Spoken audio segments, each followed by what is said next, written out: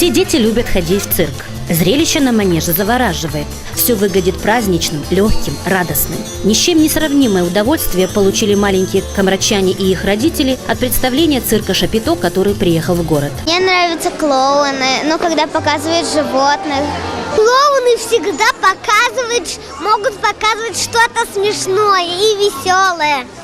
Что может привлекать в цирке? Веселые клоуны, животные, которые будут танцевать. Я жду чего-то волшебного. Я хочу, чтобы цирк приезжал часто. Несмотря на дождливую погоду, посмотреть на цирк пришло огромное количество детей, в основном младшего школьного возраста, так что гвалт стоял невообразимый. Но едва началось шоу и лазерные объемные лучи заполнили шатер, дети притихли в восхищении, потому что цирк – это особый мир, там все яркое и цветное.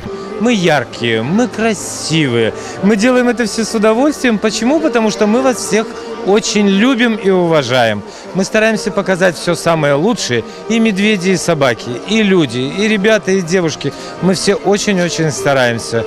Представление очень большое. Более 2 часов вместе с антрактом. Но не просто по времени. Людям не надоедает смотреть, они не устают.